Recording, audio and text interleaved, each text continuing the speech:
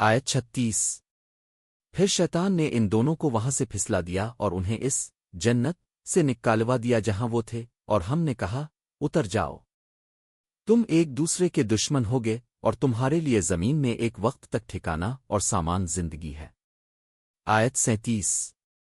پھر ادم نے اپنے رب سے کچھ کلمات سیکھ لیے تو اللہ نے ان کی توبہ قبول کر لی، یقیناً وہ بڑا توبہ قبول کرنے والا نہایت مہربان ہے۔ آیت 38۔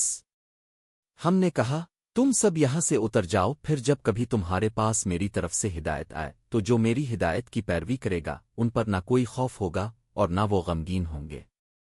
آیت 39۔ اور جو لوگ کفر کریں گے اور ہماری آیات کو جھٹلائیں گے وہی دوزخی ہیں، وہ اس میں ہمیشہ رہیں گے۔ آیت 40۔ اے بنی اسرائیل، میری اس نعمت کو یاد کرو جو میں نے تم پر کی، اور میرے عہد کو پورا کرو، میں تمہارے عہد کو پورا کروں گا، اور مجھ ہی سے ڈرو۔